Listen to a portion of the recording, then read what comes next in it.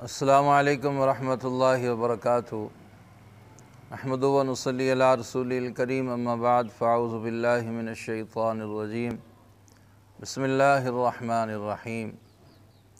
وَلِكُلِّ أُمَّةٍ جَعَلْنَا مَنْسَكًا لِيَذْكُرُوا اسْمَ اللَّهِ وَفِي مَقَامٍ آخَرَ لَن يَنَالَ اللَّهَ لُحُومُهَا وَلَا دِمَاؤُهَا وَلَكِنْ يَنَالُهُ التَّقْوَىٰ مِنْكُمْ۔ ذی الحجہ کے مہینے میں دو باتیں ایسی ہیں جو صرف اس مہینے کے اندر ہی ادا ہوتی ہیں، اس کے علاوہ اور کسی وقت ان کو ادا نہیں کیا جا سکتا۔ باقی جو عبادتیں ہیں وہ آپ جب چاہیں ادا کر سکتے ہیں، لیکن دو عبادتیں ایسی ہیں جو صرف اس مہینے میں ادا ہوتی ہیں، ان کے علاوہ کسی اور مہینے میں کسی دن بھی ان کو ادا نہیں کیا جا سکتا، وہ ادا نہیں کر سکتے۔ باقی باتیں جب چاہیں آپ کریں۔ فرض نماز 5 ہیں، نفل نمازیں آپ جتنی چاہیں ادا کر لیں۔ فرض روزہ رمضان کا ہے، اس کے علاوہ نفلی روزے آپ جتنے چاہیں رکھ سکتے ہیں۔ زکوٰۃ سال میں ایک مرتبہ فرض ہے، نفلی صدقات آپ جتنے چاہیں ادا کر سکتے ہیں۔ لیکن دو باتیں ایسی ہیں کہ جن کو آپ اس ماہ کے اندر ہی ادا کر سکتے ہیں، کسی اور وقت میں نہیں کر سکتے۔ وہ دو باتیں کون سی ہیں؟ ایک حج اور دوسرا قربانی۔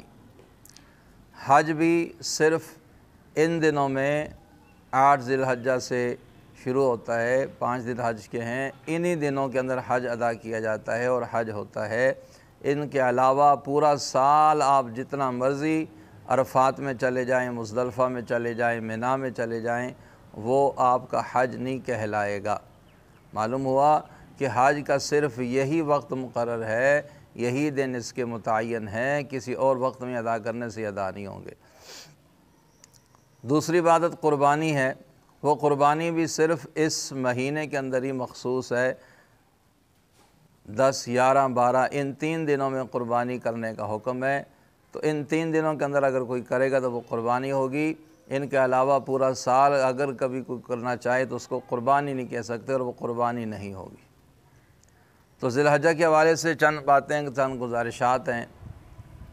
پہلی بات یہ ہے کہ جس انسان نے قربانی دینی ہو، اس کے لیے مستحب عمل یہ ہے کہ وہ اپنے بال، اپنے کٹنگ، اپنے ناخن، جو بھی جسم کے اعضاء ہیں جہاں سے بالوں کو صاف کیا جاتا ہے، ناخنوں کو کترا جاتا ہے، تو اس آدمی کے لیے مستحب ہے کہ وہ قربانی کرنے تک اپنے بال، ناخن وغیرہ نہ کٹوائے۔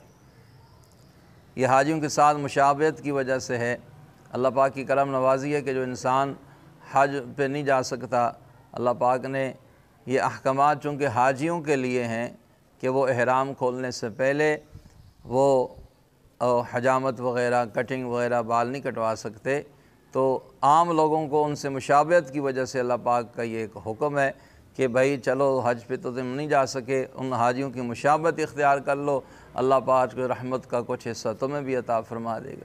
کتنی رب کی کرم نوازی ہے، اور ایک نقل ہے گویا حاجیوں کی، اور اللہ کی رحمت سے امید ہے کہ اللہ پاک ان کو بھی ثواب عطا فرمائے۔ وہ کہا تھا کسی نے کہ تیرے محبوب کی یا رب شباہت لے کے آیا ہوں، حقیقت اس کو تو کر دے صورت لے کے آیا ہوں۔ تو ایک تو یہ حکم ہے۔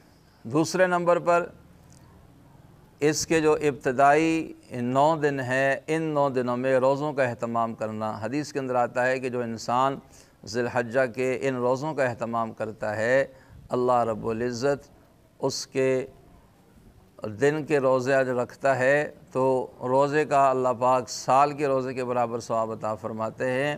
جو رات کو عبادت کرتا ہے، اللہ پاک شب قدر کی رات کے برابر اس کو ثواب عطا فرماتے ہیں۔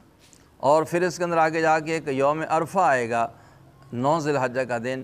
اس 9 ذی الحجہ کے روزے کے بارے میں رسول اللہ صلی اللہ علیہ وسلم کا فرمان ہے کہ اللہ رب العزت اس انسان کے جو 9 ذی الحجہ کا روزہ رکھتا ہے، اللہ پاک اس کے 1 سال پہلے کے اور 1 سال بعد کے گناہ معاف فرما دیتے ہیں۔ تو اس روزے کا اہتمام کیا جائے۔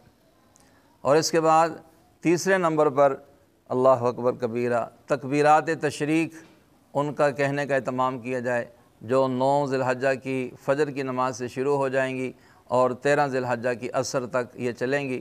ہر فرض نماز کے بعد چاہے آپ اکیلے نماز پڑھیں، چاہے جماعت سے پڑھیں، چاہے آپ سفر میں ہوں، چاہے آپ مقیم ہوں، چاہے مرد ہو چاہے عورت ہو، مرد کے لیے بلند آواز سے، عورت کے لیے آہستہ آواز سے ایک مرتبہ کہنا واجب ہے، اللہ اکبر لا الہ الا اللہ واللہ اکبر اللہ اکبر وللہ الحمد۔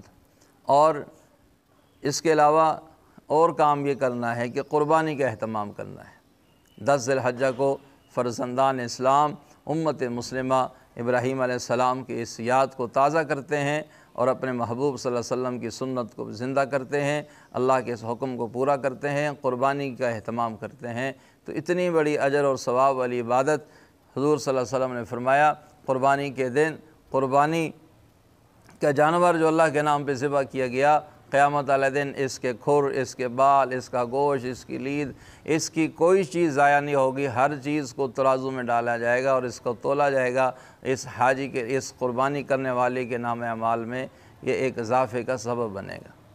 تو ان عبادات کا بھائی اہتمام کرنا ضروری ہے۔ ذی الحجہ کا مہینہ آ رہا ہے، دو چار دن اس میں باقی ہیں، تو ابھی سے یہ اہتمام کر لیں، ابھی سے یہ نیت بنا لیں۔ اللہ رب العزت مجھے اور آپ سب کو عمل کرنے کی توفیق عطا فرمائے۔